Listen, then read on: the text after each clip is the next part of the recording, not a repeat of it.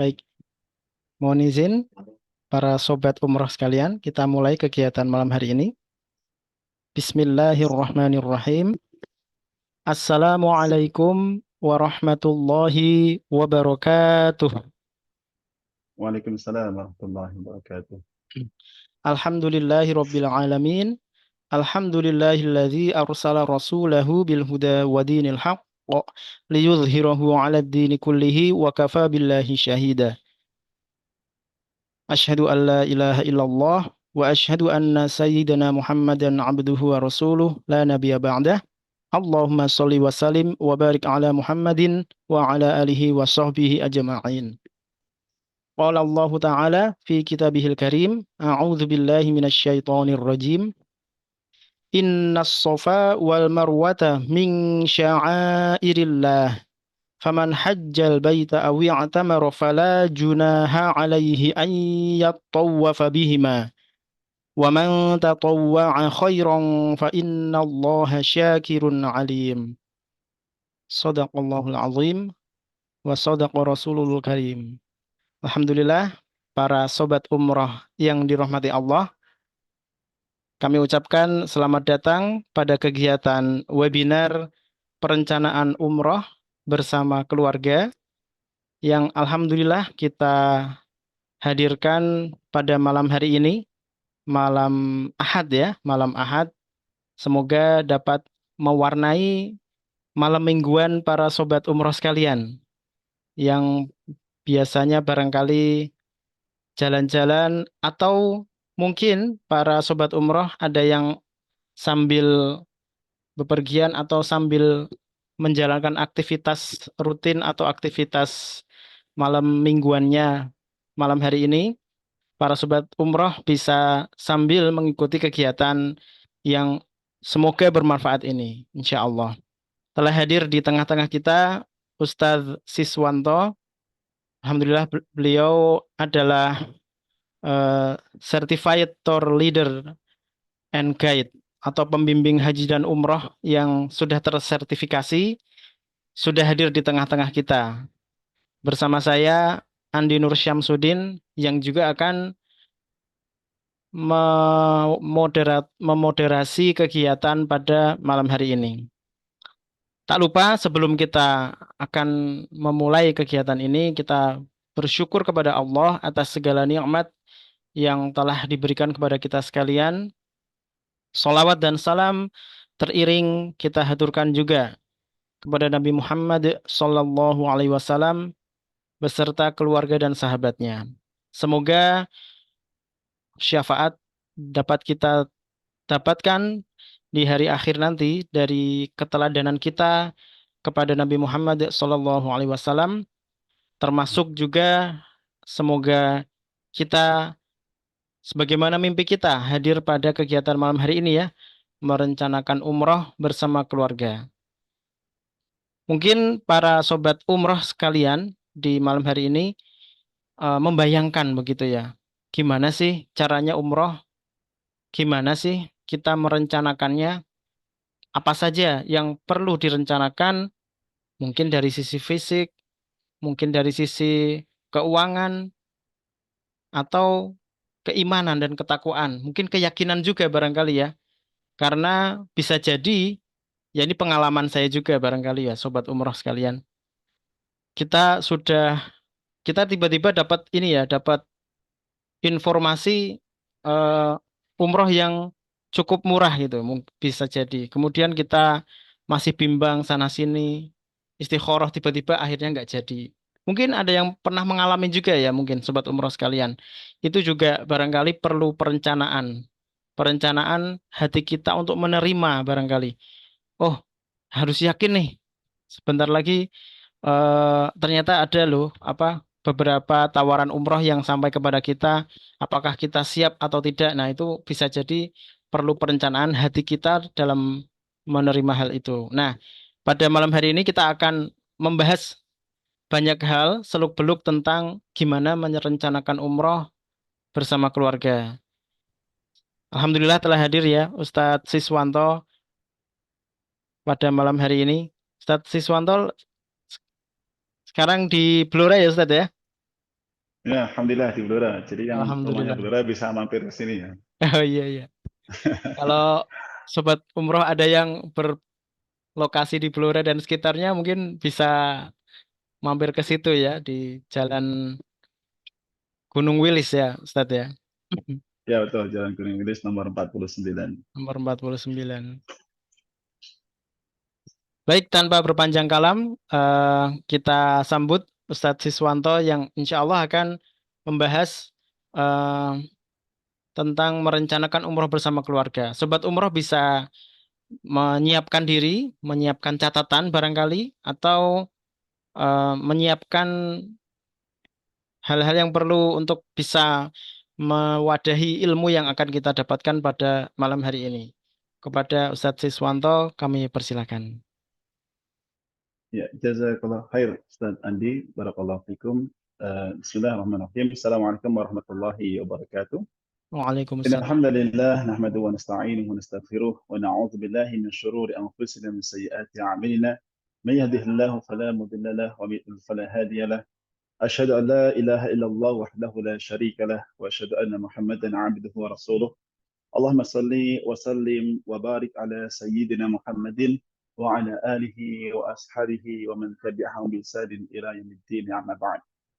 Alhamdulillah, semua Alhamdulillah, segala puji bagi Allah Subhanahu wa Ta'ala yang telah banyak memberikan nikmat kepada kita semuanya, terutama nikmat iman, nikmat Islam, nikmat sehat, dan nikmat pada hari ini kita dikumpulkan di malam minggu ya. Nggak semua orang bisa berkumpul di sini karena mungkin banyak kesibukan, apalagi ini malam Ahad gitu ya. Mungkin ada acara keluarga dan sebagainya.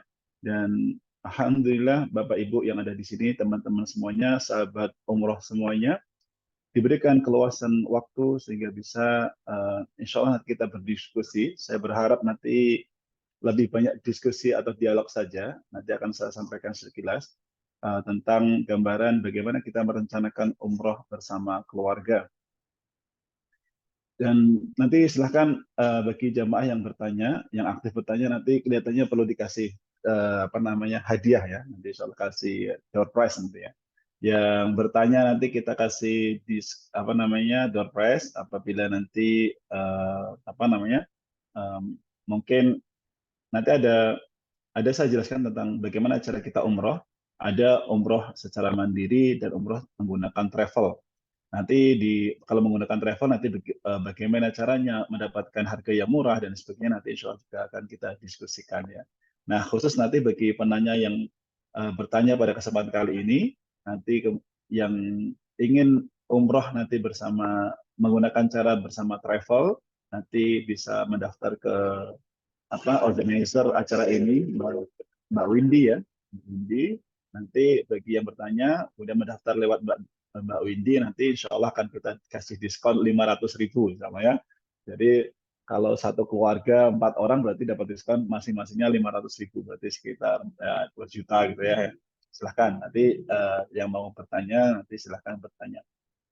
Baik, salawat dan salam semoga senantiasa tercurah rahkan berjunjungan kita Nabi besar Muhammad Sallallahu Alaihi Wasallam kepada keluarganya, kepada para sahabatnya, dan kepada seluruh umatnya yang senantiasa mengikuti sunnahnya sampai akhir zaman nanti. Dan kita berdoa kepada Allah Subhanahu Wa Taala semoga Allah Subhanahu Wa Taala menjadikan kita semuanya keluarga kita termasuk dari umat baginda Nabi Sallallahu Alaihi Wasallam yang bersemangat untuk mengikuti sunnah-sunnah beliau Sallallahu Alaihi Wasallam. Dan kita memohon kepada Allah, semoga kita termasuk umat dari baginda Nabi Sallallahu Alaihi Wasallam yang sebelum kita nanti dipanggil oleh Allah, sebelum kita nanti bertemu dengan orang yang paling kita cintai yaitu Rasulullah di hari akhir nanti, semoga kita masih diberikan kesempatan ketika di dunia untuk berziarah di Masjid Nabawi, untuk berziarah di makam Rasulullah Sallallahu Alaihi Wasallam. Allahumma amin. Baik, Bapak Ibu, teman-teman, sahabat umroh yang saya cintai kan Allah Subhanahu Wa Taala, kita mulai kajiannya. Izin saya share sekilas biar mungkin Bapak Ibu bisa lebih jelas dalam memperhatikan kajian ini. Sudah kelihatan belum? Sudah kelihatan, Ustadz. Sudah ya? Baik.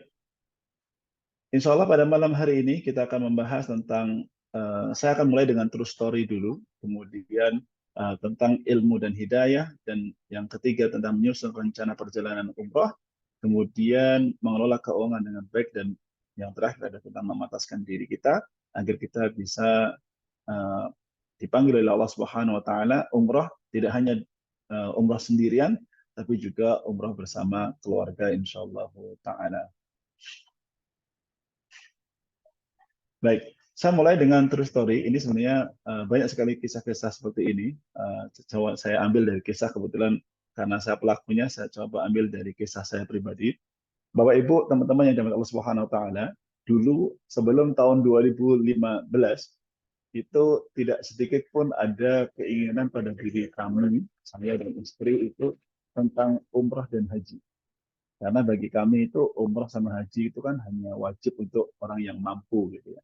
Orang yang punya kelebihan harta dan lain sebagainya. Nah, kalau kami uangnya apa namanya setiap gajian kemudian dipakai untuk kebutuhan sehari-hari, kemudian menjelang akhir bulan sudah mulai habis lagi, nanti gajian lagi, seperti itu terus, ya kelihatannya nggak wajib, nggak perlulah tahu atau mungkin uh, tentang umroh itu, nggak ada niat sama sekali pada waktu.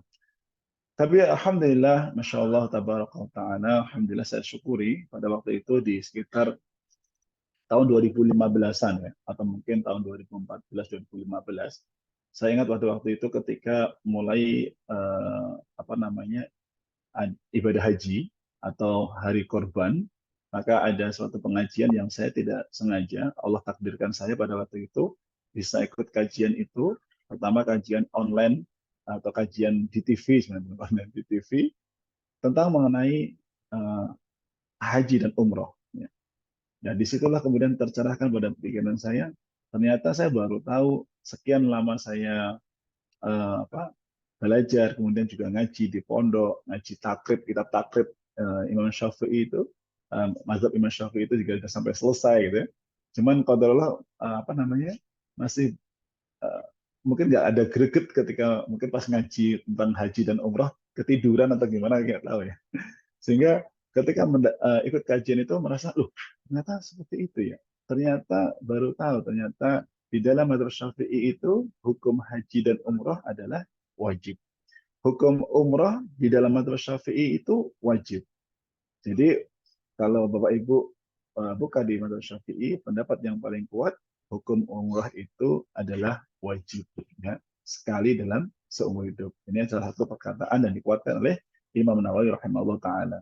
Nah, kemudian ketika mendapatkan ilmu itu, kemudian ada lagi namanya sekolah haji dan umrah. Saya ikut di situ.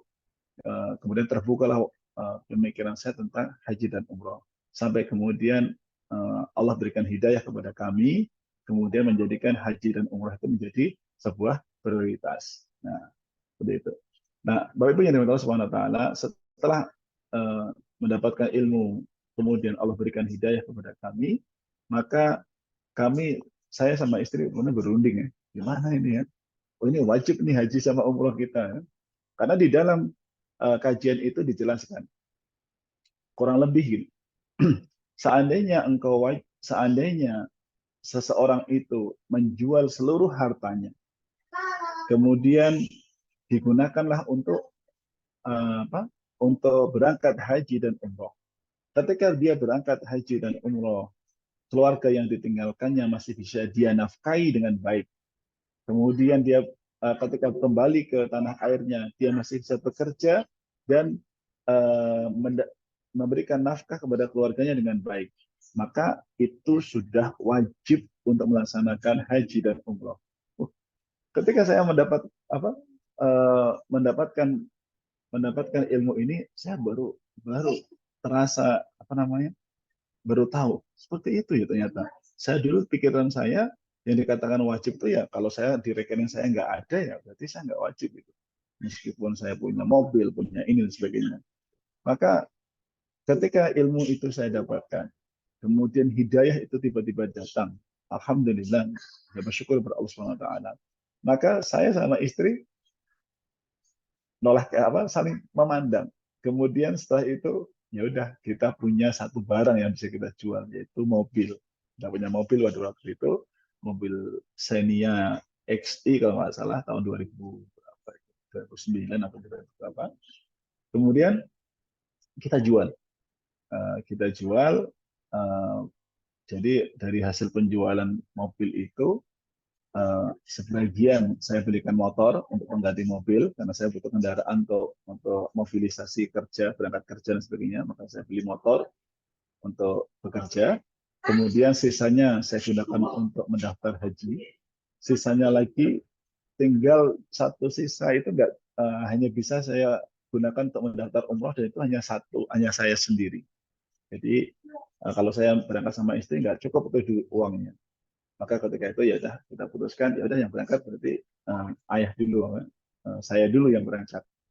Hanya berangkatlah saya umroh pada tahun 2015 itu di bulan bulan Desember. Ketika itu salah satu pesan dari istri saya, berarti ketika umroh tolong didoakan agar bisa umroh nanti setelah itu. Kemudian umroh lah saya, singkat ceritanya tahun 2015 bisa umroh pertama. Ketika umroh pertama, qadarullah ma syaa fa'ala. Saya dipertemukan dengan sebuah biro yang sebenarnya biro itu bagus ya. Cuman qadarullah dia ditipu sama orang yang di Saudi sana. Dia harusnya misalkan di Madinah bintang 5 gitu. Ternyata nggak dapat hotel bintang 5-nya, bahkan nggak dapat satu hotel. Jadi satu grup itu terbagi 2 hotel. Kemudian ketika di Mekah harusnya bintang 5 dekat dengan pelataran Masjidil Haram, nggak dapat juga. Akhirnya di bintang 5 juga, cuman jauh di di hotel Syuhada. Hotel Syuhada itu jaraknya sekitar 700-800-an meter itu dari pelataran Masjidil Haram. Maka ketika dalam kondisi itu saya bersyukur kepada Allah, ternyata ketika dikasih jamuan seperti itu, kami tidak komplain ya di sana. Kami nikmati saja. Kemudian saya juga dipertemukan dengan orang tua yang butuh teman ya, ditemani untuk berangkat ke masjid dan sebagainya. Maka pada waktu itu saya mengambil peran untuk membantu orang tua. Di target-target ibadah saya, ya saya adjust gitu ya. Saya fokus untuk membantu orang-orang tua di grup saya untuk berangkat ke masjid, kemudian nanti membersamai ketika pulang ke hotel dan seterusnya. Karena kebetulan hotelnya pas jauh pada waktu itu. Maka ketika itu saya juga berdoa dengan wasilah-wasilah seperti itu, wasilah membantu orang lain, berdoa kepada Allah agar Allah mudahkan saya bisa berangkat bersama keluarga, berangkat bersama orang tua. Kalau sekarang saya membersamai ibu-ibu ini, semoga Allah mudahkan nanti suatu saat bisa membersamai ibu kandung saya untuk bisa berumroh dan seterusnya. Kemudian singkat ceritanya, ketika sudah merasakan umroh yang pertama, maka kecintaan terhadap Baitullah itu semakin menggebu-gebu. Maka orang yang sudah pernah ke Baitullah, biasanya rasa cintanya itu semakin menggebu-gebu. Maka umroh menjadi sebuah prioritas utama kita. Jadi sudah shifting itu prioritasnya. Yang dulu nggak pernah diprioritaskan, maka kemudian jangan jadi prioritas kita. Maka kemudian kita menabung dan memprioritaskan ini, dan di tahun 2016 waktu bulan Ramadan, alhamdulillah saya sama istri bisa berangkat umroh backpackeran. Ya, saya 2016 itu berangkat umroh backpacker. Jadi berangkat beli tiket sendiri, kemudian berangkat ke Kuala Lumpur, kemudian stay di Kuala Lumpur 1 hari, kemudian berangkat dari Kuala Lumpur menuju ke, ke Jeddah, kemudian di Mekah, karena Ramadan waktu itu Ramadan akhir, saya langsung ke Mekah, dan langsung di Mekah. Setelah itu baru selesai Idul Fitri saya ke Madinah, beberapa hari di Madinah, kemudian baru balik ke tanah air. Nah, itu di 2016. Ketika selesai di 2016, yang alhamdulillah orang tua saya pada waktu itu juga awalnya nggak mau diumrohkan gitu dan sebagainya. Kemudian akhirnya orang tua saya, alhamdulillah dengan izin Allah, beliau mau untuk umroh, kemudian saya bisa umroh bersama ibu dan bapak saya itu di tahun sekitar 2016-an kalau nggak salah. Kemudian di tahun 2018 itu adalah umroh pertama kami, yaitu umroh bersama istri dan anak-anak. Ya, jadi juga sebenarnya tahun 2018 sama kita cari tiket yang promo, kemudian membuat grup umroh, kemudian umroh bareng-bareng, sehingga biayanya lebih lebih lebih ekonomis. Kemudian mulai sejak 2018, kemudian 2019 hampir setiap tahun tuh umroh sekali, 2 kali ya tergantung nanti apa cuti dan juga anggaran yang kita miliki seperti itu. Jadi eh, kemudian di tahun 2000 kami juga punya cita-cita yang semoga Allah mudahkan, yaitu kita ingin setiap 5 tahun itu umroh bersama keluarga. Jadi alhamdulillah kemarin Allah ijabah itu di tahun 2023 kami juga bisa umroh kembali bersama istri, 4 anak, kemudian bersama bapak saya orang tua, kemudian ada satu ustazah yang kita umrohkan sekalian pada waktu itu di tahun 2023 kemarin. Kemudian alhamdulillah di tahun 2024 kemarin Allah berikan hadiah kembali, kami, saya, istri dan juga orang tua itu bisa berangkat haji di tahun 2024 kemarin, haji haji plus, alhamdulillah. Jadi ini sekilas cerita bagaimana ketika sebelumnya kami ketika itu tidak pernah memprioritaskan apapun tentang haji dan umroh, sehingga ya nggak pernah haji dan umroh, dan uangnya pun nggak pernah ngumpul-ngumpul juga ya. Jadi eh, apa rekening gajian itu kebetulan waktu itu istri masih kerja, saya juga masih kerja. Ya, dua-duanya kerja di perusahaan ya, di tempat di luar rumah gitu. Jadi saya punya gaji, istri juga punya gaji. Tapi wow ta'ala alam gimana ceritanya, gaji itu hanya lewat saja ya.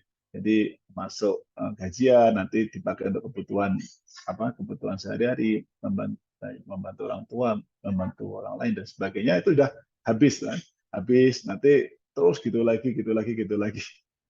Dan akhirnya nggak pernah punya tabungan dan juga nggak bisa umroh juga. Maka ketika Allah berikan hidayah berupa ilmu, Allah pertemukan kita dengan orang-orang yang memang memiliki fokus yang benar, akhirnya ternyata mengubah diri kita. Jadi termasuk mengubah prioritas kita. Yang dulunya sama sekali nggak ada kepikiran dengan umroh, kemudian kita memiliki semangat untuk gimana caranya kita bisa umroh setiap tahunnya. Ya. Teman-teman yang dirahmati Allah Subhanahu Wa Taala, hal yang paling penting yang saya disampaikan adalah bagaimana kita itu memiliki ilmu, tidak hanya ilmu, yaitu meminta kepada Allah agar kita diberikan hidayah.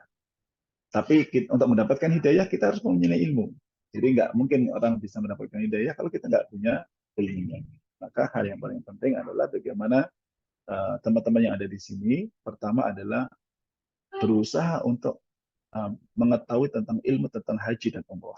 Nanti akan kita jelaskan ya sebenarnya ilmunya apa saja sih, nanti kita jelaskan di slide berikutnya. Dan kemudian minta kepada Allah agar Allah berikan hidayah. Ya Allahumma inni as'aluka al-huda. Ya Allah berikan kepada kami petunjuk, hidayah. Jadi kalau kita punya ilmu, tahu saja nggak punya hidayah, nggak akan berangkat-berangkat juga. Nggak akan merubah mindset kita juga. Nggak akan mengubah action kita juga.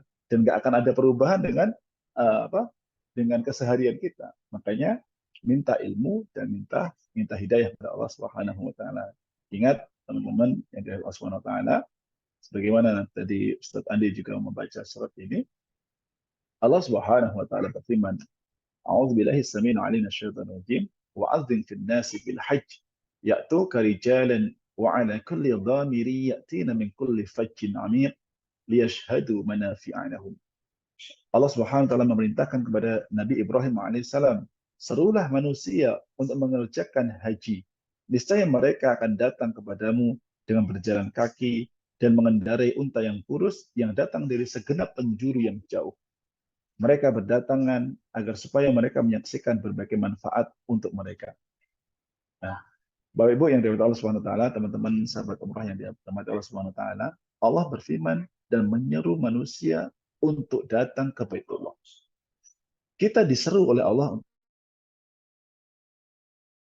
untuk datang ke Baitullah. Azan salat, setiap hari kita diseru untuk menunaikan ibadah salat dengan kumandang azannya. Begitu juga dengan haji dan umrah. Allah menyeru kita agar kita datang ke Baitullah. Masalahnya kita mendengarkan seruannya enggak? Kalau kita sudah mendengarkan seruannya, kita mau memenuhinya enggak? Nah, ini yang jadi masalah. Karena bila jadi kita saat ini belum terpanggil atau belum bisa datang, belum terpanggil di Baitullah, bisa jadi karena memang kita belum memiliki keinginan yang kuat untuk memenuhi panggilan Allah. Ya, karena masalah haji dan umrah ini bukan hanya masalah harta. Iya, untuk haji dan umrah perlu harta untuk beli tiket, beli akomodasi, ya perlu. Tapi sejatinya haji dan umrah itu bukan masalah harta, tapi ini masalah panggilan Allah yang apakah manusia, apakah kita itu benar-benar sungguh-sungguh untuk memenuhinya enggak? Karena semua manusia diundang tanpa terkecuali. Orang yang miskin, orang yang kaya, orang yang tua, orang yang muda, semuanya diundang oleh Allah Subhanahu wa taala. Masalahnya apakah kita mau memenuhi panggilannya atau enggak? Nah, perhatikan pada ayat ke-28. Salah satu agar kita dimutasi oleh Allah Subhanahu wa taala, maksudnya agar Allah memotivasi kita semuanya. Sebentar, ada sedikit gangguan di luar. Sebentar.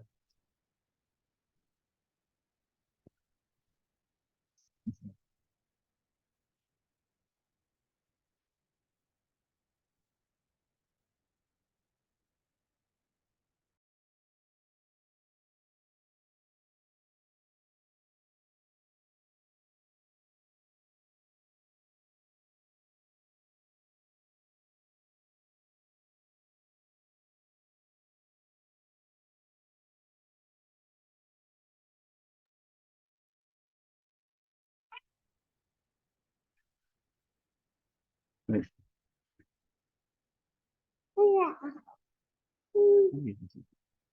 Baik.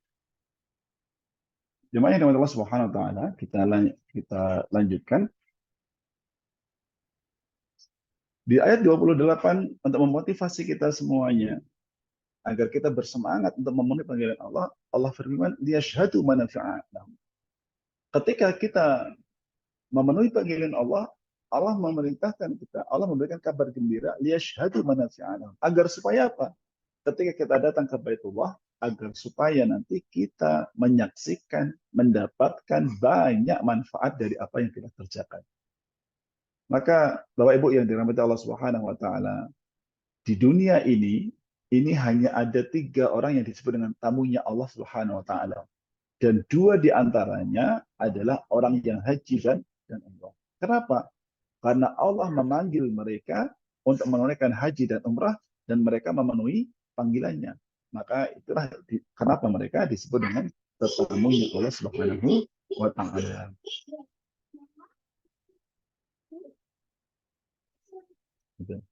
Baik, Bapak Ibu yang Allah SWT yang berikutnya, yang tadi sudah saya sampaikan, Bapak Ibu harus tahu bahwasanya apa sih hukum haji dan umroh. Ya, apa sih hukum haji dan umroh? Kalau kita merujuk pada pendapat mazhab Syafi'iyah, ini ada perkataan Imam Nawawi rahimahullah taala. Imam Nawawi berkata bahwasanya di kalangan mazhab Syafi'i itu terdapat 2 pendapat.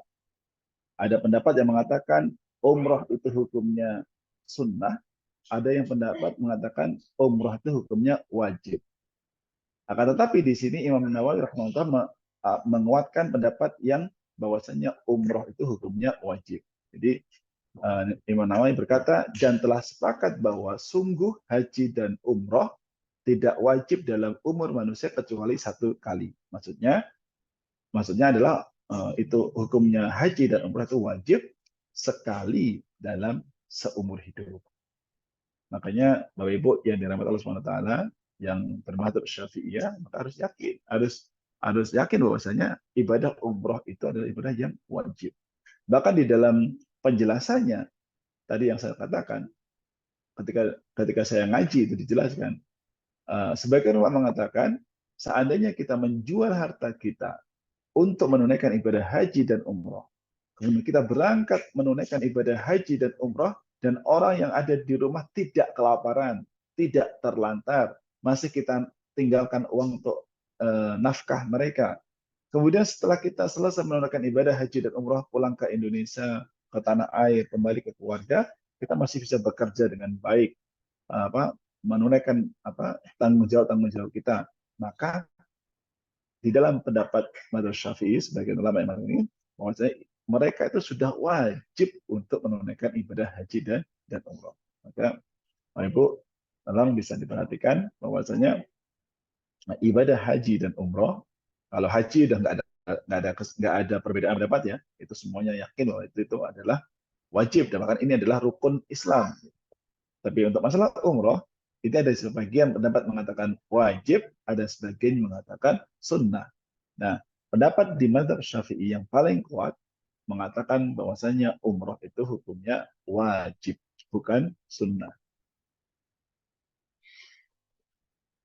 Kemudian perhatikan bagaimana Allah Subhanahu wa taala memberikan janji yang luar biasa kepada kita bagi orang-orang yang sungguh-sungguh. Makanya selama saya melayani para tetamu Allah, eh, membantu orang-orang untuk melaksanakan ibadah haji dan umroh, Masya Allah, tabaraka ta'ala. Ternyata banyak sekali orang-orang yang cerita ketika mereka memprioritaskan untuk haji dan umroh, untuk umroh misalnya, maka Allah Subhanahu wa taala ternyata memberikan jalan-jalan yang mungkin di luar nalar mereka. Ya. Dan Allah Subhanahu wa taala di Quran surah Al-Ankabut, Allah Subhanahu wa taala berfirman dan memberikan janji bahwasanya Allah Subhanahu wa taala berfirman, "Wallazina jahadu fina." Barang siapa yang sungguh-sungguh untuk mencari keridhaan kami, ya, lanahdiyannakum subulana, maka sungguh kami akan tunjukkan kepada mereka subulana, jalan-jalan kami. Wa inna Allah lama'al muhsinin, dan sesungguhnya Allah Subhanahu wa taala bersama orang-orang yang berbuat ihsan, berbuat kebaikan. Nah, di sini Allah menyampaikan kabar gembira kepada kita. Kalau kita benar-benar sungguh-sungguh di jalan Allah, sungguh-sungguh misalkan kita benar-benar mau memenuhi panggilan Allah untuk umroh, kalau kita korelasikan dengan umroh misalkan, maka Allah Subhanahu wa taala akan menunjukkan jalan-jalannya. Jalan-jalan untuk menuju umroh itu. Boleh jadi Bapak Ibu bisa usahanya menjadi lebih barokah. Boleh jadi ada macam-macam ya rezeki-rezeki itu. Jadi kayak teman saya pernah cerita kepada saya, kebetulan teman saya ini orangnya pengusaha ya, pengusaha. Jadi ketika dia nekat itu ya, bukan nekat ya, tapi dia berprasangka baik kepada Allah, kemudian mengajak keluarganya untuk berangkat umroh. Waktu itu dia punya DP, ya DP aja lah gitu ya. Kemudian ternyata Allah sudah tunjukkan jalan-jalannya. Orderannya jalan terus, kemudian rezekinya semakin diluaskan Allah Subhanahu wa taala. Akhirnya dia selesai itu melaksanakan ibadah ketika berangkat umrah masih ada beberapa juta yang belum lunas. Ya saya bilang nggak apa-apa, nanti dilunasi nanti aja. Ketika udah sampai tanah suci, tiba-tiba ada kliennya yang transfer transfer uang, maka dia kemudian setelah itu melunasi umrahnya, insya Allah ya. Jadi Allah Subhanahu wa taala akan menunjukkan jalan-jalannya apabila kita benar sungguh-sungguh. Pertanyaannya adalah kita sudah sungguh-sungguh atau belum, gitu kan pertanyaannya. Kadang-kadang bisa jadi kita memang belum sungguh-sungguh untuk itu, sehingga Allah nggak tunjukkan tuh jalannya. Ini Allah katakan subulana, jalan-jalannya, jalan-jalan kami. Artinya jalannya nggak satu, banyak jalan menuju ke sana. Ya. Maka Bapak Ibu yang dimiliki Allah Subhanahu wa taala, kalau kita ingin benar-benar memenuhi panggilan Allah, ingin berangkat umrah atau haji bersama keluarga, maka tunjukkan kesungguhan kita kepada Allah Subhanahu wa taala. Maka Allah akan tunjukkan nanti jalan-jalan untuk mencapainya. Saya cerita sedikit tentang yang lainnya ya. Yang lainnya ini bukan masalah umroh. Ada teman saya juga, dan dia memang benar-benar tidak mau berhutang, misalkan beli rumah, hutang tuh nggak mau. Pokoknya dia pengennya menjadi cashman ya, cash nggak mau, intinya nggak mau berhutang, nggak mau berhutang di bank gitu, begitu ya.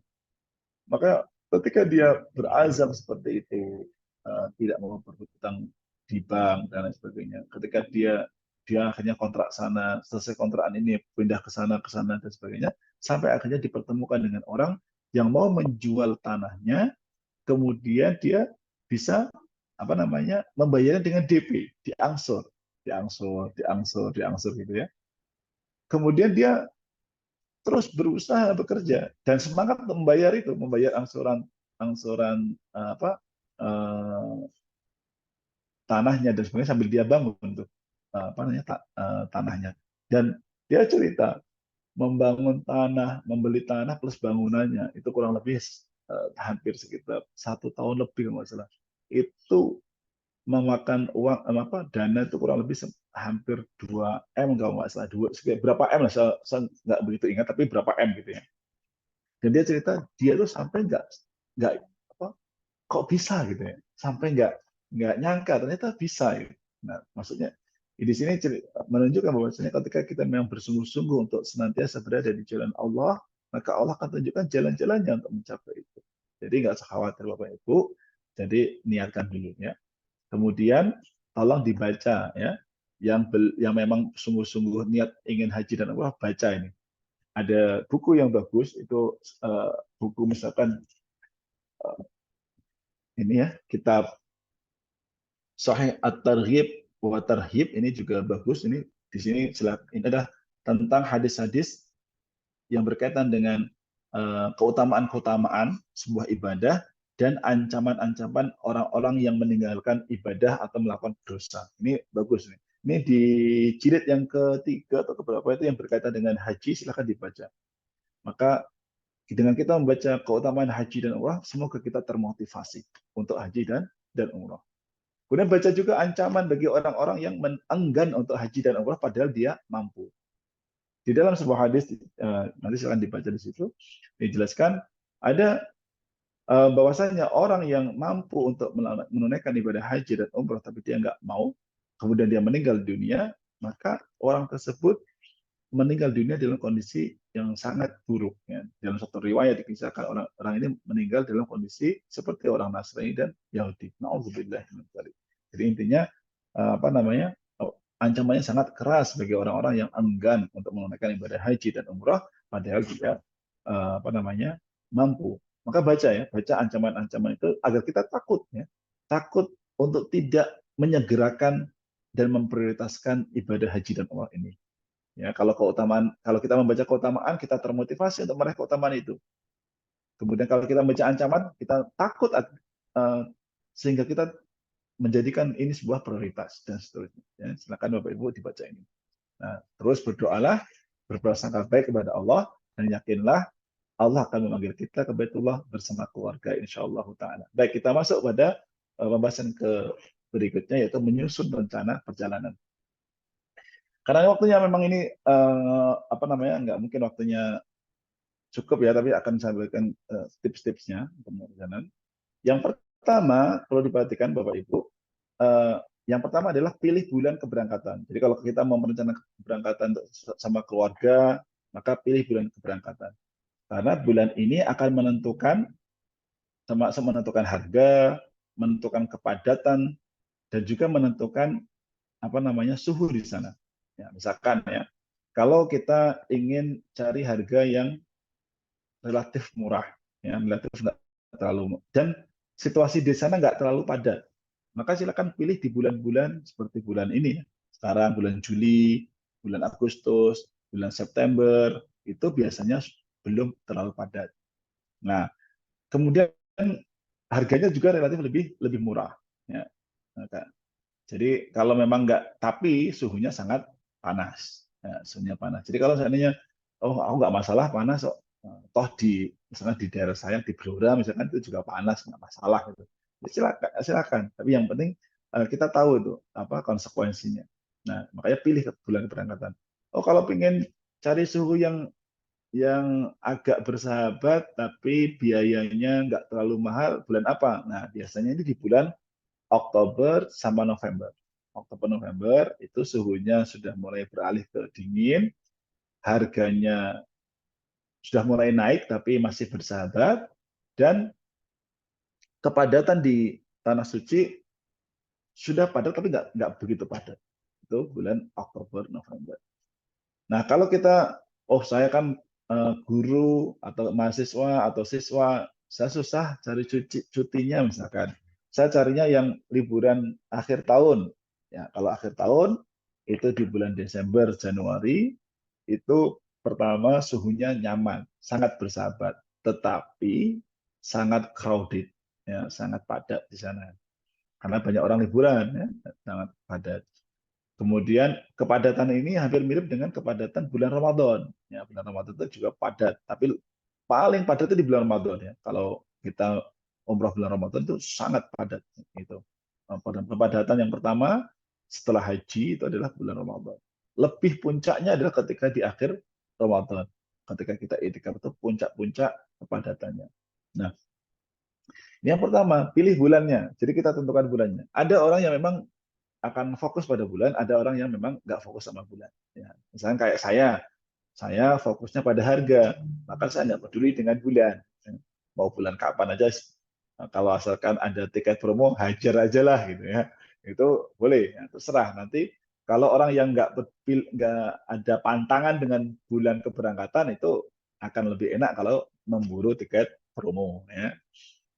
Kemudian yang kedua, nanti akan kita bahas insya Allah yang kedua ini, pilih cara melakukan perjalanan. Nah, nanti, oh saya mau backpackeran atau mau mandiri.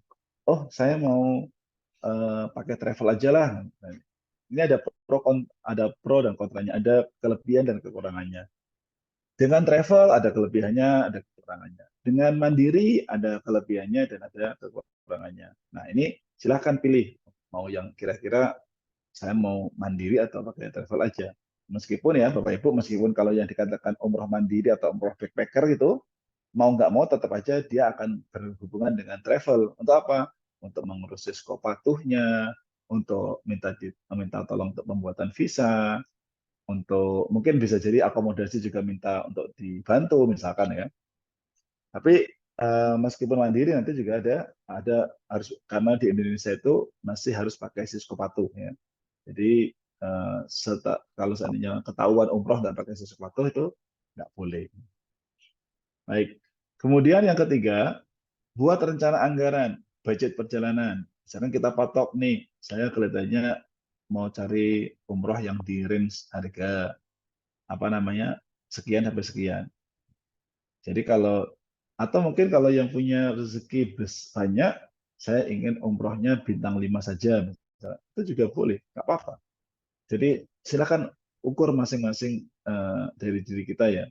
Jadi umroh itu makanya kalau saya membaca dan mengulang-ulang hadis Nabi Shallallahu Alaihi Wasallam yang ketika Rasulullah menasihati Aisyah atau memberikan kabar kepada Aisyah tentang pahala ibadah umroh, maka Rasulullah mengatakan besarnya pahala ibadah haji dan umrohmu, ya Aisyah, itu tergantung pada seberapa besar kesabaran yang kamu lakukan dan seberapa besar infak atau nafkah yang kamu keluarkan. Ya.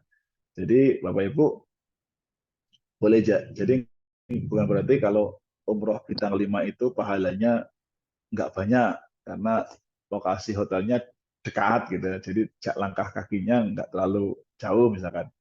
Nggak juga gitu. Karena bisa jadi dengan hotel bintang 5 infak atau nafkah yang dikeluarkan lebih besar. Maka itu juga menjadi pemberat timbangan pahala. Jadi intinya masalah rencana anggaran, budget perjalanan itu disesuaikan dengan kemampuan masing-masing.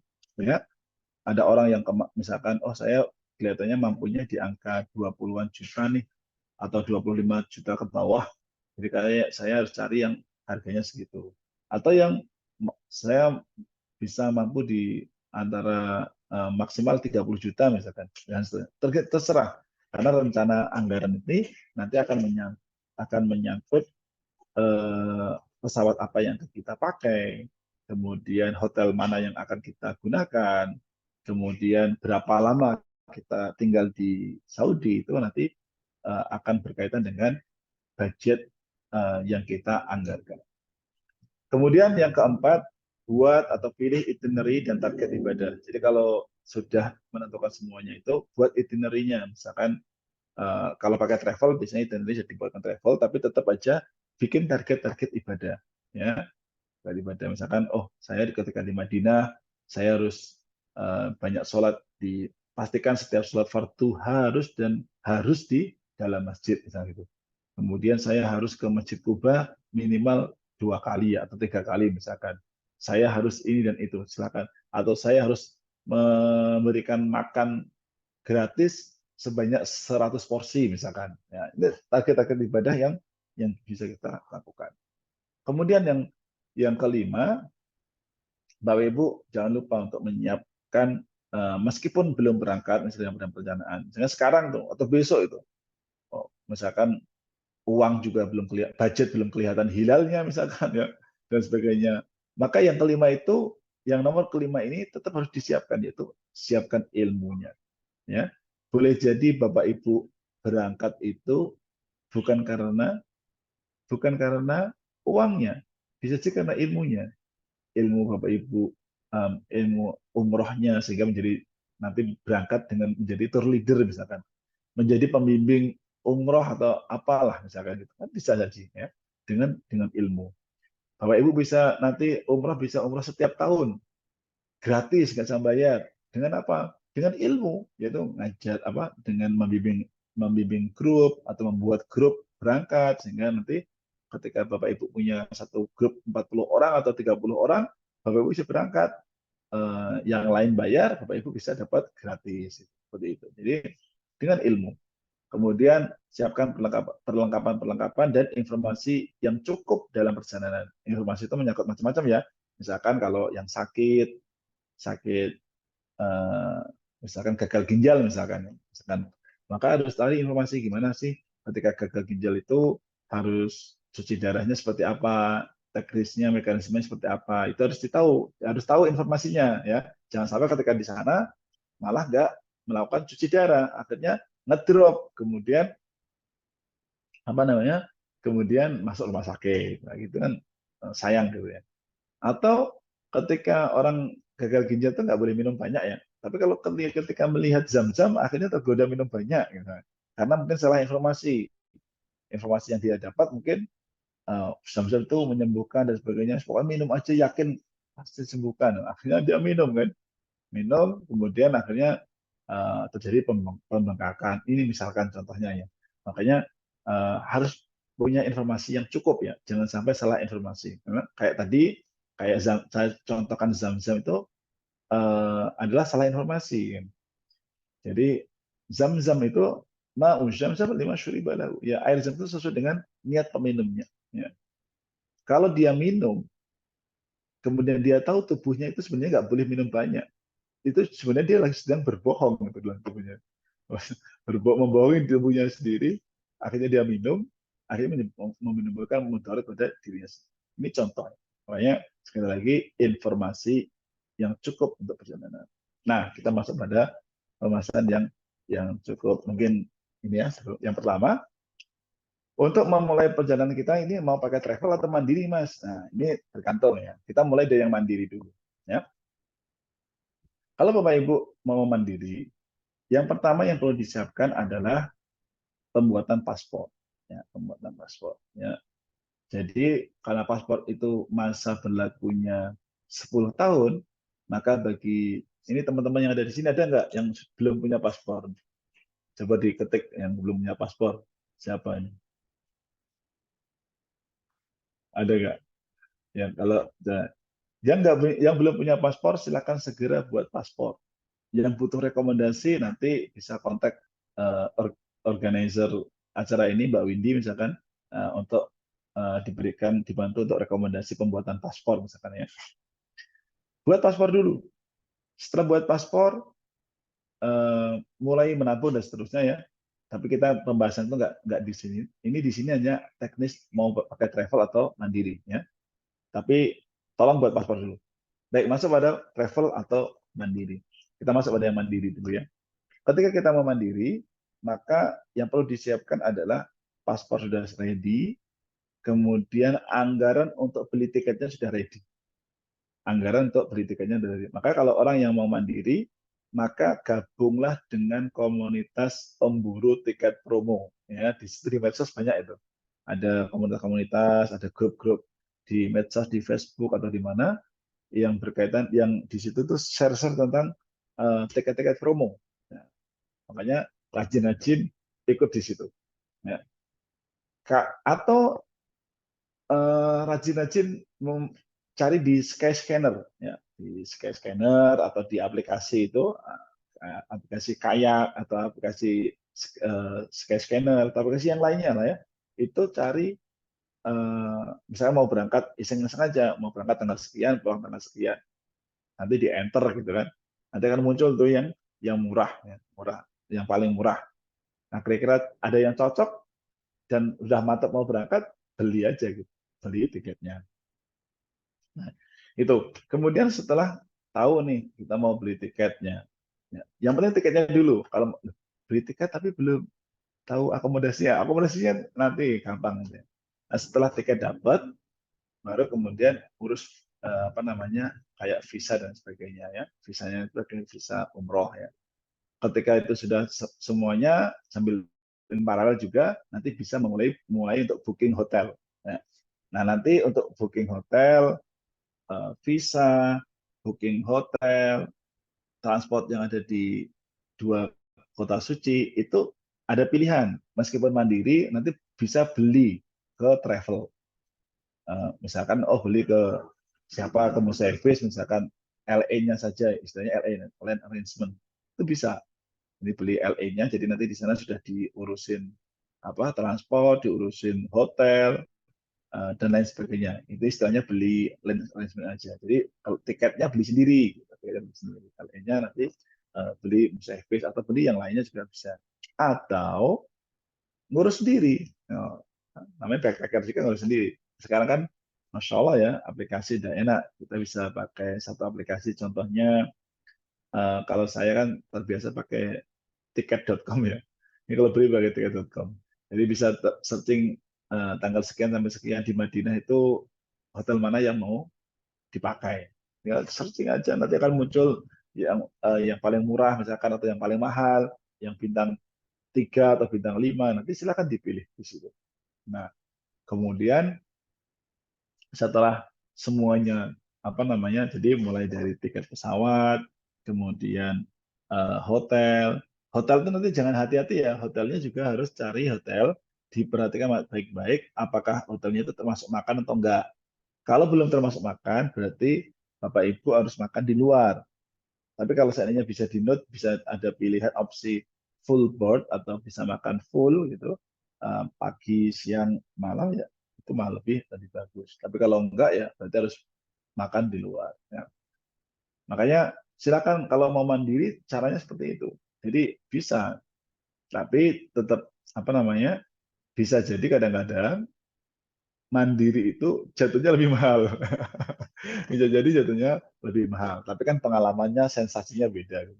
Ya, bisa jadi lebih mahal, bisa jadi lebih murah. Nah, ini tergantung hotel yang mau dipakai, tergantung LA yang diberikan sama travel dan sebagainya. Nah, teman-teman yang dimana taala, kemudian kalau pakai travel gimana? Bisa nggak dapat yang murah?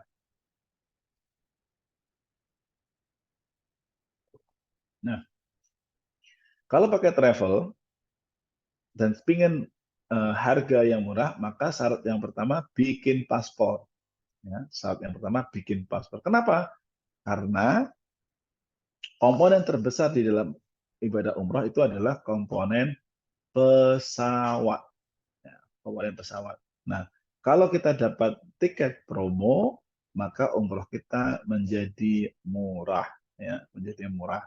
Makanya, kayak contohnya kemarin saya umroh sekeluarga tahun 2023, tahun yang lalu di bulan November, itu ya berburu tiket promo. Alhamdulillah dapat tiket promo, start dari Kuala Lumpur, itu saya pakai Saudi Airlines. Saudi Airlines itu sebanyak 10 hari ya selama di sana. Itu habis dihitung-hitung habis 18.900.000. 18.900.000. Nah, jadi tapi startnya Kuala Lumpur, maka saya nambah biaya dari Blora ke Surabaya, Surabaya Kuala Lumpur, terus sekalian jalan-jalan di Kuala Lumpur. Jadi saya nginep di sana 1 malam, kemudian jalan-jalan di City Tour di Kuala Lumpur, di Petronas, di macam-macam ya di Kuala Lumpur. Setelah itu di apa? Itu saya nambah itu kurang lebih 3 juta. Jadi total habis sekitar 22 juta. Start dari rumah sampai ke rumah lagi itu habis sekitar 22 juta. Nah, itu contoh ya, contoh apa namanya kalau menggunakan kalau mau mandiri ya.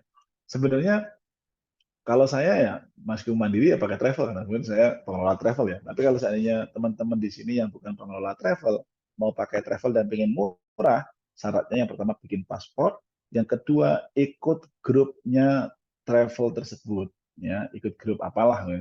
Misalkan kalau di Musaifis itu ada grup pecinta Haramain, ada grup mungkin di grup webinar yang sekarang ini misalkan ya, stay di situ aja nanti organizer-nya akan mengirimkan info-info tentang paket-paket yang promo. Nah, ketika paket promo itu muncul dan Bapak Ibu sudah punya paspor, maka nanti langsung tinggal tinggal daftar. Ya, tinggal daftar. Nah, nanti akan dapat harga yang murah. Saya kayak kemarin promo-promo itu yang paling tahun ini yang paling murah kelihatannya masih di angka 20-an juta. Ya. 19 juta 900 atau berapa itu start dari Jakarta ya itu sudah 19 juta itu yang paling murah seingat saya ya, pas apa namanya di tahun ini. Tapi bisa jadi nanti bulan-bulan berikutnya apa ada murah lagi bisa jadi gitu apa namanya makanya kita nggak tahu. Nah ini kurang lebih Bapak Ibu yang dirahmati Allah SWT. Yang berikutnya kita lanjutkan ya. Jadi mandiri atau nggak mandiri mandiri atau pakai travel itu pilihan ya. Jadi dua-duanya punya punya kelebihan dan kekurangan. Silahkan mau pilih yang mana. Jadi sudah saya jelaskan kalau mandiri seperti itu. Kebetulan saya juga pernah apa berangkat mandiri, kemudian berangkat pakai travel, kemudian juga memberangkatkan orang, mengorganisir orang dan sebagainya. Jadi dua-duanya memang apa istilahnya ada kelebihan dan kekurangannya. Tapi mana yang paling mantap silakan dipilih ya silakan dipilih ya. Baik kita masuk kepada pengelolaan keuangan dengan baik. Kalau masalah pengelolaan keuangan itu adalah masalah prioritas ya. Saya nggak akan banyak berbicara di sini, jadi yang penting Bapak Ibu silakan segera membuat tabungan umroh ya, membuat tabungan umroh baik ikut tabungan umroh kalau di Musaifis itu ada itu apa tabungan umroh ya, atau buat sendiri di bank-bank tertentu ya, misalkan di BSI misalkan silakan buat tabungan umroh di situ ya. Membuat tabungan umroh adalah salah satu bukti bahwa kita memang sungguh-sungguh untuk memenuhi panggilan Allah ya. Tapi masalah nanti berangkat kita dengan tabungan itu juga itu kita nggak tahu. Misalkan saya contoh ketika kami berniat untuk segera haji karena memang kalau haji reguler itu kan nunggu masih lama gitu ya. Saya tuh masih tahun 2030-an kalau nggak salah ini saya. Maka gimana cara biar bisa haji secepatnya? Maka pilihannya ada dua, haji plus atau haji furoda. Yang pasti dan bisa berangkat langsung tuh haji furoda. Ya, makanya kalau kita mau haji furoda maka direncanakan. Yang pertama buat tabungan dolar, falas, ya, tabungan dolar. Kenapa? Karena memang haji itu pakai kurs dolar. Ya. Ketika kita sudah membuat kurs dolar, waktu itu akhirnya istri membuat tabungan dolar. Tabungan dolar diisi, gitu kan, diisi. Kemudian qadarullah butuh diambil lagi. Tapi tetap masih punya niatan itu kan. Dan alhamdulillah Allah SWT panggil kita untuk menunaikan ibadah haji itu tidak dari uang tabungan itu, tapi dari yang lainnya gitu ya. Tidak dari uang tabungan itu, tapi dari yang lainnya. Tapi intinya apa Bapak Ibu yang alhamdulillah membuat tabungan dan lain sebagainya itu adalah bukti kita bisa membuktikan kepada Allah atau kita bahwa kita sungguh-sungguh gitu ya. Amal yang bisa kita buktikan kita sungguh-sungguh. Makanya jangan sampai kita kalau sudah punya niatan tapi nggak pernah action gitu. Nah nanti kalau sudah punya tabungan, biasanya Bapak Ibu ada mulai itu otomatis. Kalau sudah nabung, kemudian sudah fokus, jadi prioritasnya adalah umroh atau haji, maka Allah tuh akan mudahkan tuh jalannya. entah nanti akan dapat apa usaha-usaha dari tempat yang lain dan sebagainya itu eh, Masya Allah, pokoknya luar biasa lah akan kemudian. Kalau nggak percaya, buktikan sendiri ya. Seperti saya sampaikan tadi, ketika kita mau umroh, mau haji, maka kami buat rekening dolar. Ya, meskipun kita berangkatnya nggak pakai rekening itu gitu ya. Nah, tapi intinya harus dibuktikan kepada Allah bahwa kita sungguh-sungguh. Nanti Allah akan pantaskan. Kemudian yang kelima, Bapak Ibu, pantaskan diri kita ya. Pantaskannya dengan apa? Memantaskan diri kita yang pertama dengan ilmu. Tadi ya sudah sampaikan, ilmu apa? Pertama adalah ilmu tentang haji dan umroh. Bagaimana tata caranya haji dan umroh? Ikut apa namanya? Harus punya ilmunya itu sehingga kita termotivasi. Baca keutamaan haji dan umroh. Baca ancaman kalau orang tidak segera menunaikan haji dan umroh. Kemudian yang kedua, perbanyak amal soleh. Ya, perbanyak amal soleh, membantu orang lain, berbakti kepada kedua orang tua, dan kalau bisa, kalau seandainya kita punya orang tua yang masih hidup, maka memiliki semangat untuk menghajikan atau mengumrohkan orang tua. Ya, ingin menghajikan dan mengumrohkan orang tua. Jadi, karena dulu Bapak Ibu, saya lihat ya, misalnya kayak orang tua saya bangga dengan orang tua saya misalnya. Orang tua saya dulu, karena saya masih kecil, bisa lihat bagaimana perjuangan orang tua dalam mencari nafkah ya. Jadi kalau dulu bapak saya itu sopir, ya, sopir truk. Kemudian ibu saya itu pembantu rumah tangga. Tapi Masya Allah perjuangan beliau dalam menafkahi anak-anaknya, ya, mencarikan rezeki yang halal untuk anak-anaknya. Jadi kalau ibu saya itu ada pagi-pagi sudah bangun, pergi ke hutan itu cari rencek ya, cari kayu bakar. Nanti terus dijual apa, ke warung makan itu yang butuh kayu bakar. Nanti selesai itu jualan sayur keliling, seterusnya. Masya Allah. Nah, bapak saya waktu itu masih apa namanya sopir truk di orang orang yang kaya di daerah saya itu. Kemudian setelah itu jadi kuli di mana? Saya banget tuh jadi kuli apa? Kuli selepan ya. Selepan itu penggilingan padi bapak saya. Sampai akhirnya singkat ceritanya lah ya, singkat cerita bagaimana saya bisa melihat perjuangan orang tua yang luar biasa. Maka kemudian saya pribadi itu akhirnya termotivasi, benar-benar termotivasi bagaimana memuliakan orang tua. Makanya teman-teman yang ada di sini, salah satu memuliakan atau memberikan hadiah yang spesial kepada orang tua adalah menghajikan atau mengumrohkan mereka. Ya. Jadi kalau selagi punya uang, silakan haji umroh dulu, nanti kemudian mengumrohkan orang tua. Atau kalau bisa umroh bareng-bareng, sehingga bisa menggandeng orang tua, memotivasi orang tua, mengantarkan orang tua ke Masjidil Haram, Masjid Nabawi, itu Masya Allah. Ya.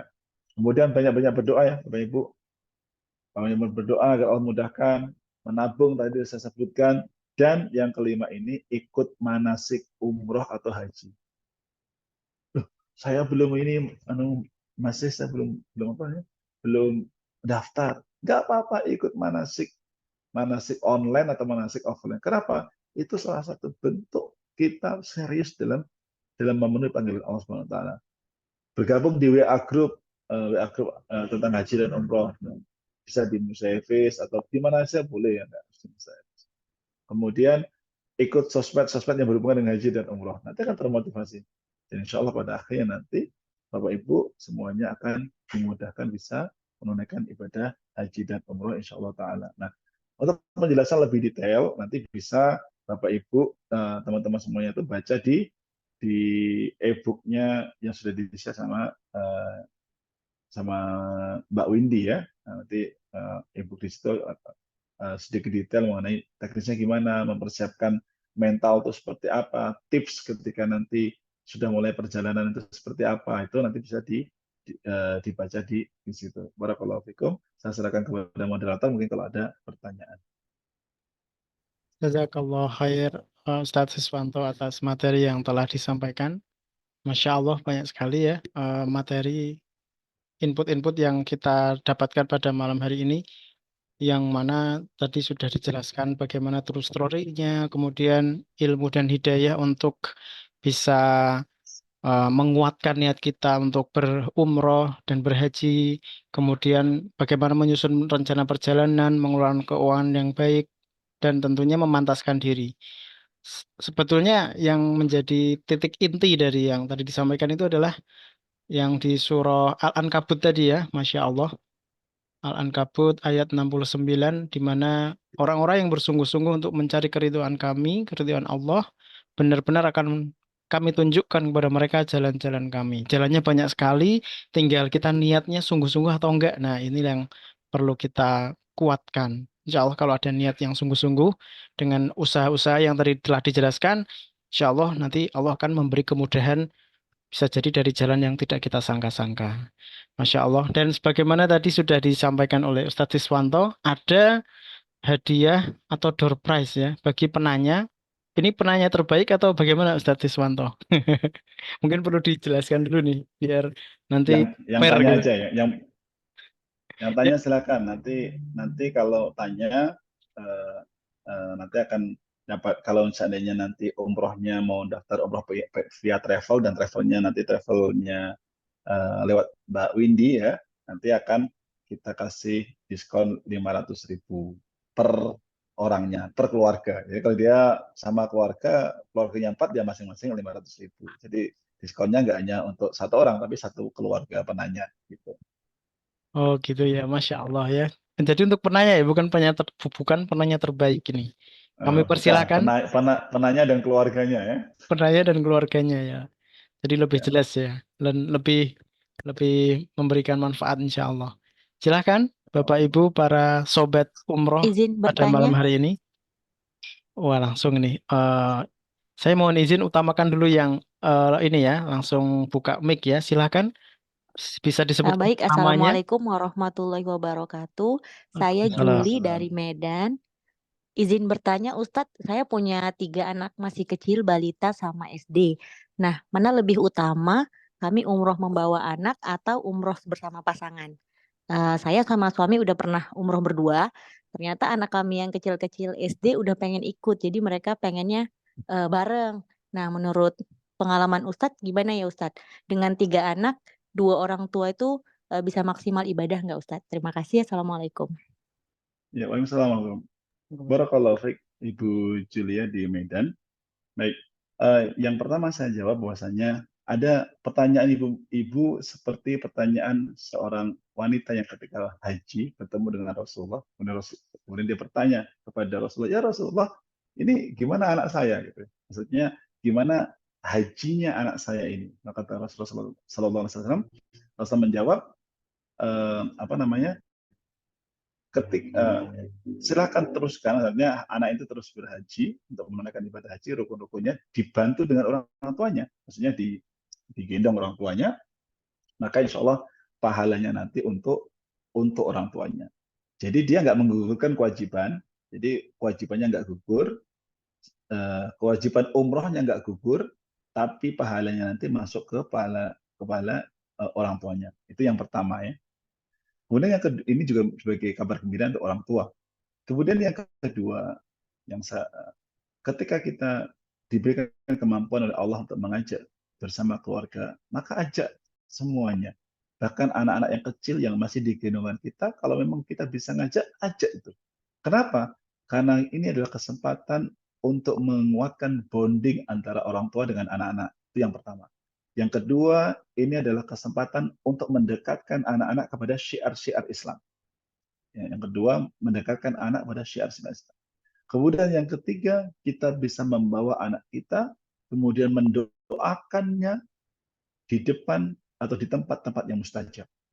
Misalkan kita berdoa ketika di Masjidil Haram misalkan, atau ketika kita di Hijri Ismail seandainya bisa bareng sama anak misalkan, kalau bisa, Allah ketika di Raudhah dan sebagainya, maka kita bisa mendoakan mereka pada tempat-tempat yang mustajab dengan menggandengnya, atau mungkin sambil juga mengelus kepalanya misalkan. Kita bisa ingat bagaimana Ibunda Imam Syafi'i rahimahullah. Ini sering saya angkat nih. Nanti Bapak Ibu bisa baca ya. Bagaimana ketika Ibunda Imam Syafi'i meninggal oleh orang tua, oleh ayahnya. Imam Syafi'i menjadi seorang yatim. Maka ibundanya membawa kemana? Membawa ke Mekah. Kemudian ibundanya berdoa kepada Allah Subhanahu Wa Taala, ingat semoga Imam Syafi'i menjadi orang yang cerdas, yang banyak manfaatnya untuk umat dan seterusnya dan seterusnya. Maka Allah kabulkan doanya ibundanya tadi.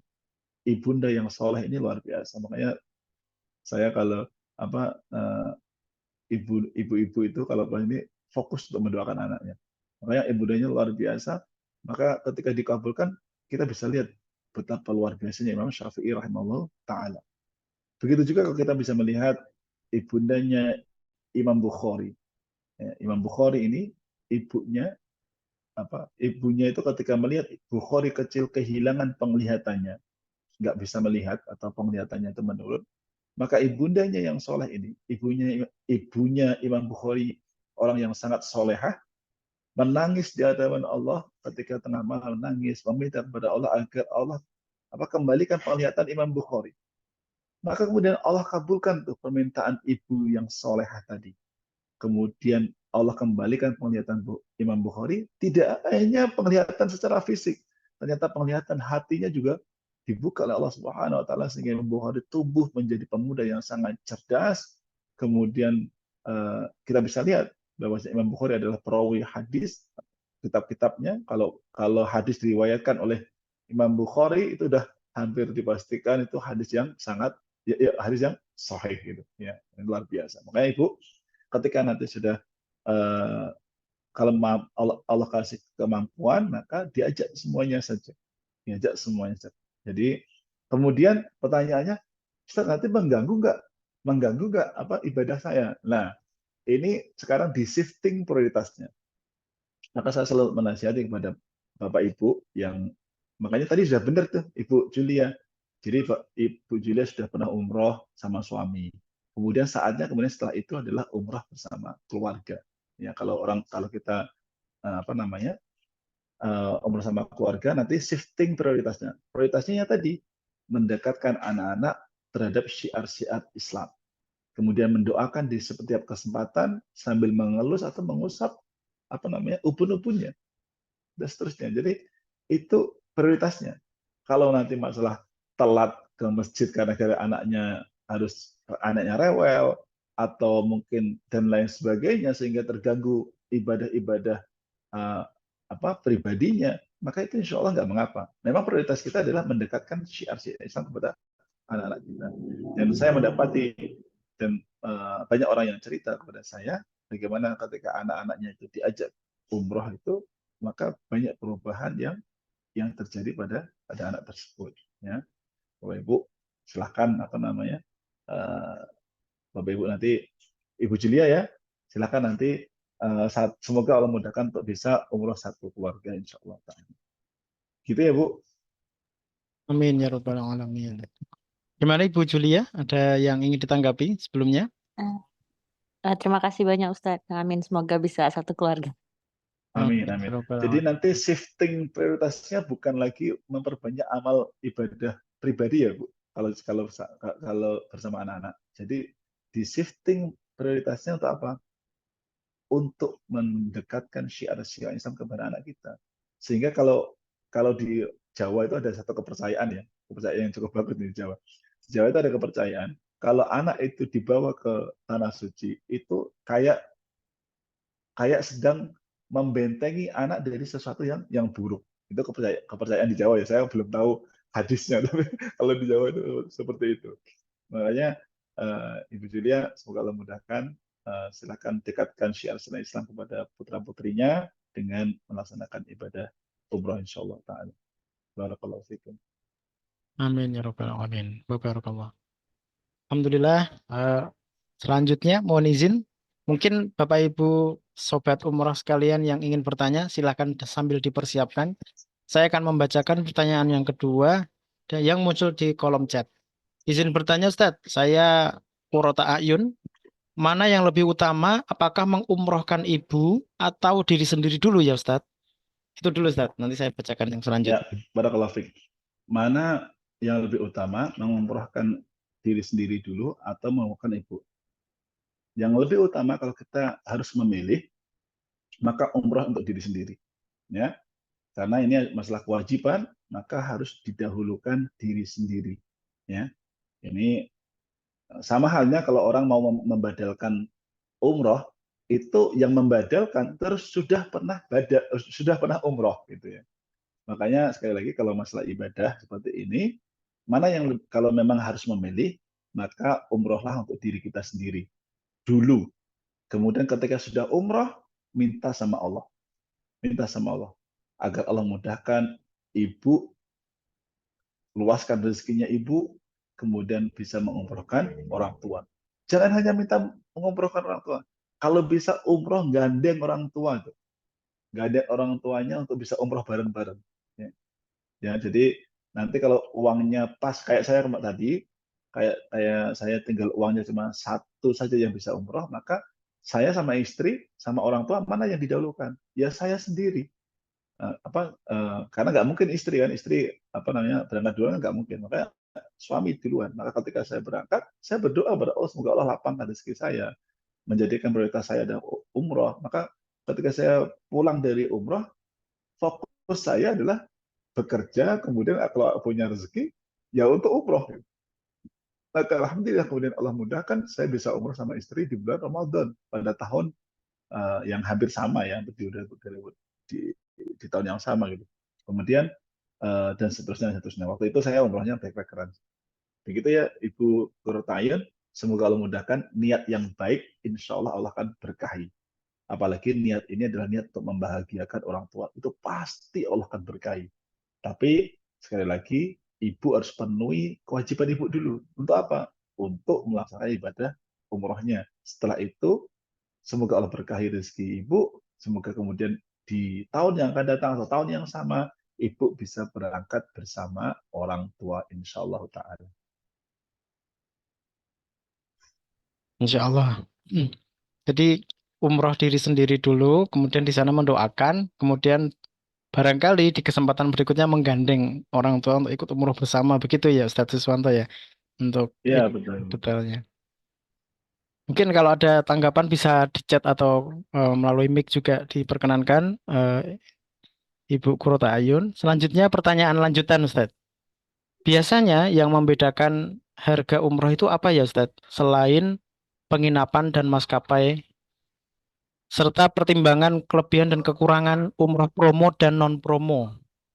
Terima kasih Ustadz. Ya, barakallahu fiik. Jadi komponen utama, seperti yang saya jelaskan tadi, komponen utama dalam ibadah umroh itu adalah komponen pesawat. Jadi kalau kita dapat pesawat murah, maka ibadah umroh kita akan semakin terjangkau. Jadi komponen utamanya itu di pesawat. Kemudian penginapan itu standar ya, kan penginapan itu boleh milih mau bintang 3 reguler atau bintang 5 gitu loh. Jadi kalau milihnya bintang 5 tentu akan lebih mahal. Kalau pilihannya adalah bintang 3 maka lebih ekonomis. Makanya nanti silahkan milih paket yang mana. Kalau di Musevis banyak sekali, lebih banyak bintang 3-nya reguler. Jadi bintang 3-nya Musevis itu ya bintang 3 atau bintang 4 gitu ya.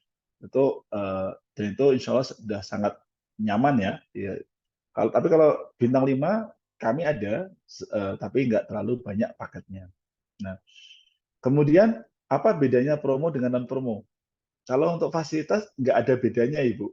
Jadi fasilitas itu nggak ada bedanya promo maupun non promo. Kalau untuk fasilitas. Tapi yang membedakan apa? Tiket pesawatnya saja. Nah, saya kasih contoh biar gampang. Misalkan saya berangkat naik Lion dari Surabaya itu, harga tidak promo itu harganya itu sekitar 15 juta tiketnya saja. Tetapi kalau pas lagi promo itu tapi bukan Lion ya, misalkan Scoot misalnya, itu tiketnya hanya sekitar 8 jutaan misalnya, 8 jutaan misalkan, atau katakanlah 9 juta. Jadi selisihnya sudah berapa? Sudah 6 juta.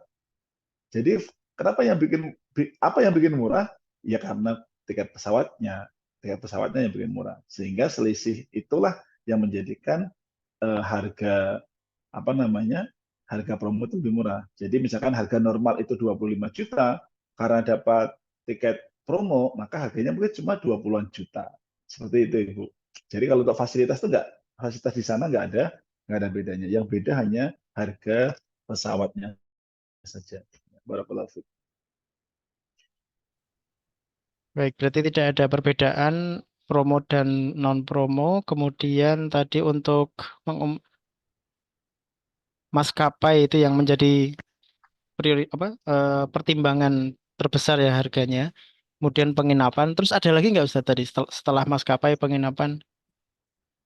Nggak ada. Jadi kalau komponen kalau gampangnya kalau yang teman-teman yang ingin backpackeran ya itu apa namanya pinter-pinter cari tiket promo. Itu kalau yang ingin backpackeran dia lebih murah. Kemudian kalau untuk penginapan itu kalau backpackeran ya tinggal cari atau booking di apa namanya di tiket.com atau dan sebagainya. Nah, pengalaman kemarin saya punya teman itu mau umroh bareng keluarga, jadi satu keluarga, dia istrinya. Beliau itu barusan haji. Kemarin haji ketemu juga sama saya di sana. Dia barusan haji karena itu ya, kalau sudah pernah ke sana tuh dorongan ingin ke sana lagi itu tinggi. Maka akhirnya dia merencanakan umroh bersama keluarga. Singkat ceritanya, ada itu pesawat dan lain sebagainya dan seterusnya itu. Jadi dihitung-hitung itu kok ketemunya kok mahal ya gitu. Nah, kemudian keluarlah paket promo dari kami ya. Itu sekitar waktu itu 19 juta atau 20 juta saya lupa. Maka tiba-tiba dia langsung daftar gitu. Dan daftar selesai singkat cerita dia cerita gitu. Singkat cerita dia cerita. Oh, saya kemarin mau backpackeran, tapi tak hitung itu kemahalan. Nah ini kamu keluar keluar paket promo, saya daftar aja lebih murah gitu. Seperti itu. Jadi cuma bedanya kalau kita pakai travel ya hotelnya ya itu gitu. Maksudnya sudah ditentukan. Contohnya hotelnya ada di Grand Almasya, itu hotel bintang 4 di area Ajiat itu. Nah itu ya di situ gitu loh. Kita nggak bisa ini. Tapi kalau seandainya kita apa namanya backpackeran itu bisa pilih hotel sesuka kita sesuai dengan yang kita mau di aplikasi gitu. Itu bedanya gitu. Ya, barakallahu fiik. Alhamdulillah, barakallah.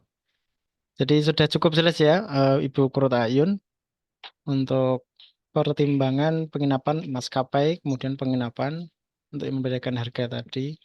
Oh, ternyata hitung-hitungan backpackeran itu juga bisa jadi lebih tinggi daripada travel ya, Ustadz Siswanto ya. Iya, betul. Ya karena kebetulan dia backpackeran tapi dia nggak terlalu pandai mencari tiket promo, makanya jatuhnya jadi mahal. Karena kemarin dia lihat tiket yang standar saja sekitar 16 juta, ya kan? 16 juta tiket standar standarnya 16 juta. Terus tambah hotel udah berapa itu kan? Sedangkan kemarin saya keluar paket itu 19,9 kalau nggak salah, yang start Jakarta. Makanya ya kok murah apa lebih murah ini akhirnya dia langsung ganti yang langsung booking 4 orang satu keluarga itu. 16 itu pulang pergi berarti ya, Ustadz ya? Ya 16 juta itu pulang pergi tiket pesawatnya saja. Pesawat saja, oke. Itu belum hotel, belum makan. Makanya Masya Allah. makanya dia makanya dia begitu lihat status kita yang tiket apa yang sudah all in itu 19 juta 900 kalau nggak salah langsung Mm-mm. daftar dia. Langsung Ini daftar. juga bisa jadi pertimbangan nih kalau 16 juta itu tiket standar ya kalau pulang berangkat dan kembali ke Indonesia. Sementara tadi kalau promo bisa di bawah 10 gitu ya Ustaz ya, rata-rata ya. Ya, macam-macam ada yang 8, ada yang 10, ada yang Iya, ini. iya Jadi siapa. kalau tiket Saudi itu biasanya di angka kalau standar itu kan sekitar tergantung bulannya sih ya, itu di angka 15 sampai 17-an gitu. Iya, Lion itu mahal ya. Lion itu kalau dari Surabaya itu mahal. Itu dari 14,7 sampai 14 juta 700 sampai sekitar 17 juta Lion dari Surabaya. Ya, kalau dari Jakarta memang banyak pilihannya. oh iya iya iya. Ini jadi pertimbangan juga nih buat para sobat umroh sekalian yang ingin backpackeran ya terkait harga. Selanjutnya mungkin langsung ke pertanyaan ketiga dari penanya melalui organizer ya, Bu Windy. Pertanyaan dari Kinan, Ibu Kinan, pengen nanya yang cewek perkara haid itu gimana ya? Kan kalau booking tiket atau pakai travel tanggalnya kemungkinan besar jauh-jauh hari. Jadi kalau pas datang bulan itu nggak bisa terencana gitu. Nah ini mungkin itu dulu Ustaz. Ya, barakallahu fiik. Semoga Allah mudahkan. Jadi nanti kalau ada orang yang apa namanya pas datang haid, maka memang ada dua pilihan. Pilihan yang paling bagus kalau memang ridho dan memang beliau itu kita punya kemampuan rezeki yang cukup, maka pilihannya adalah ketika datang haid, ketika di Mekah maka nggak bisa umroh. Maksudnya nggak bisa ibadah umroh. Tapi beliau masih tetap bisa di Mekah untuk apa? Untuk berdoa, untuk membantu yang lain. Makanya amalan-amalan orang yang haid di sana yang membantu jamaah yang lainnya. Kalau punya rezeki bisa beli makan, berbagi sama yang lainnya seperti itu. Kemudian berdoa agar Allah mudahkan nanti bisa umroh pada kesempatan yang lain dalam kondisi tidak haid. Itu yang pertama.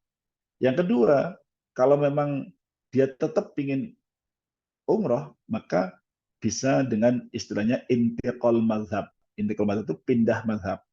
Pindah mazhab kemana? Pindah mazhab ke sebagian pendapat mazhab Hanafiyah yang mengatakan bahwasanya umroh itu tidak wajib harus maksudnya untuk apa? Untuk tawaf ya, tidak harus suci dari hadas.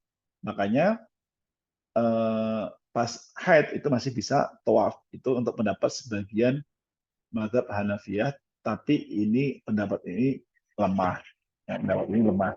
Tapi kalau seandainya memang ingin umrah ya paling paling ya intikal mazhab ke situ. Gitu. Ya. Tapi kalau saya sarankan pilih opsi yang pertama tadi. Jadi nggak perlu apa? Nggak perlu umrah, tapi lakukan ibadah yang lainnya. Kemudian berdoa agar Allah mudahkan untuk umrah di sesi berikutnya. Nah ini ya itu ya Ibu, semoga Allah mudahkan. Kemudian kalau memang sudah minum minum apa penunda Ya, haid atau ya. mens, tetap haid itu ya tetap haid. Kalau memang sudah masih keluar darahnya itu ya darah haid. Itu berlaku hukum haid padanya. Ya, Ya. kemudian ya kerjasama Musafis ada kerjasama dengan umroh backpacker tidak ya mungkin itu yang Oh iya. ya. Jadi kalau Musafis kan dulu ini ya kita di Musafis itu eh, awalnya kita kan memang memfasilitasi bareng-bareng teman-teman yang mau umroh backpacker kita koordinir gitu ya. Kemudian sekarang alhamdulillah Musafis itu sudah punya izin untuk umroh. Jadi kayak semacam biro umroh gitu. Nah, jadi pertanyaan mungkin kebalik. Jadi apakah Musafis bisa memfasilitasi umroh backpacker? Nah, itu nanti case by case. Contohnya gini, kalau ada orang yang saya percaya, misalkan saya kenal dengan Mas Andi ini, ya, Mas Andi mau backpackeran, maka Mas Andi kan pasti minta Sisko patuh ke saya itu, ya kan? Minta Sisko patuh, minta dibuatin visa dan sebagainya. Kalau saya yakin Mas Andi itu orang yang bisa dipercaya, saya akan buatin dengan membayar sejumlah biaya yang kita sepakati. Tapi kalau kelihatannya ini orangnya kok nggak apa saya nggak tahu, belum kenal dan sebagainya, maka nggak akan saya buatin. Kenapa? Karena takutnya disalahgunakan. Jadi banyak juga orang yang pakai visa umroh di sana ternyata nggak balik-balik. Jadi untuk kerja sebagai TKI ilegal kayak gitu. Jadi seperti itu Ibu kalau seandainya karena kalaupun meskipun sekarang ini ya kalau mau backpacker tetap pasti akan menggandeng atau meminta bantuan dari biro yang lain, misalkan meminta bantuan Musafis untuk membuatkan beberapa hal, entah sisko patuhnya, entah visanya, entah akomodasi di sananya dan sebagainya. Seperti itu Ibu, semoga Allah mudahkan. Oh, jadi ada ininya juga ya, risikonya ya kalau misalnya backpacker dari sisi ininya ya, dari sisi eh, pihak yang mau umroh ya. Ya termasuk termasuk Betul. kita Kan tetap perlu bekerja sama kemarin dengan travel ya paling tidak itu infonya. ya, karena kayak kemarin aja tahun ini aja masih ada sekitar 7 jamaah Musafis yang terdeteksi tidak pulang ke Indonesia. Jadi dia nggak pulang ke Indonesia. Jadi ternyata dia nggak pulang ke Indonesia bukan karena mau jadi TKI ilegal nggak, tapi karena memang dia kerjanya di luar negeri. Nah, tapi namanya Kemenak itu punya datanya. Ini kok nggak balik ke Indonesia gitu. Ya kita tinggal balas suratnya, klarifikasi kayak gitu. Nah, itu bisa dicabut izinnya juga ya Ustadz ya? Nanti kalau terbukti apa namanya, terbukti dia istilahnya menyalahgunakan ya, misalkan Musaifis menyalahgunakan haknya untuk membuat kepengurusan dokumen itu, ya nanti bisa di blacklist namanya. Izinnya akan dibekukan. Masya Allah. Makanya kita hati-hati. Kalau orangnya bisa dipercaya ya kita kasih. Kalau orangnya nggak bisa dipercaya ya kita nggak kasih. Iya, iya, iya.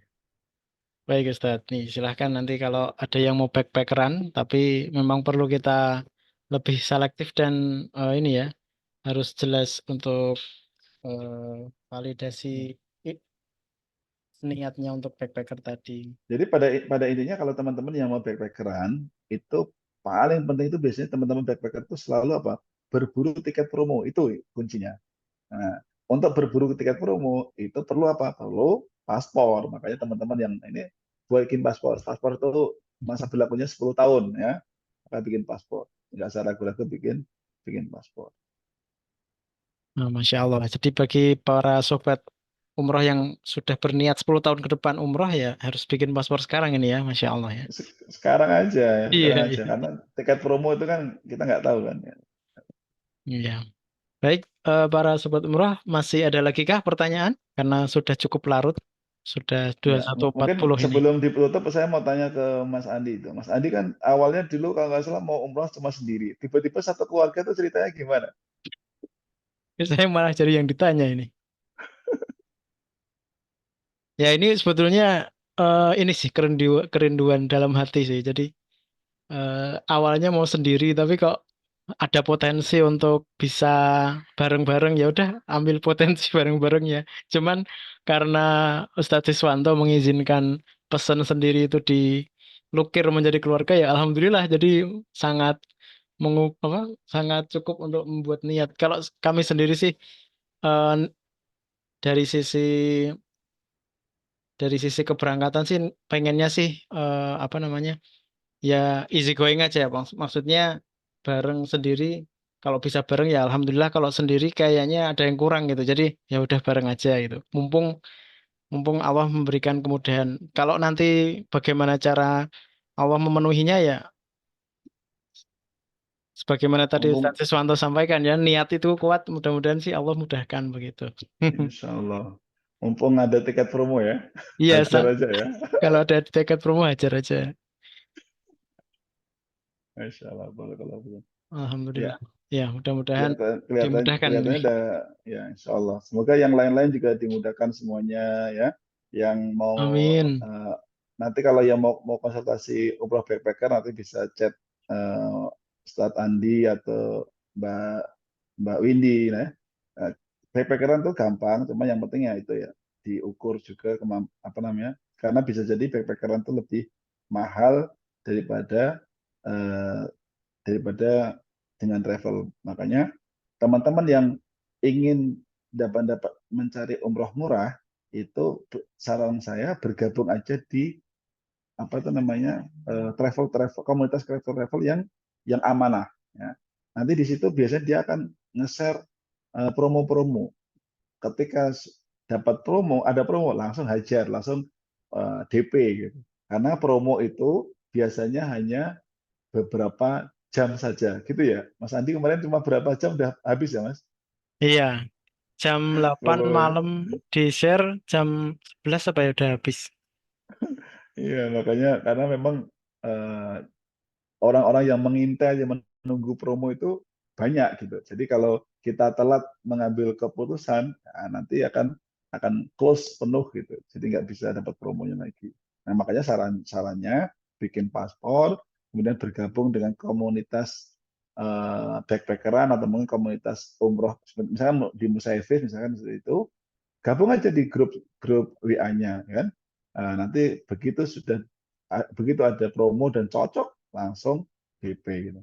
Tapi sarannya itu ya tolong bergabung dengan travel-travel yang amanah.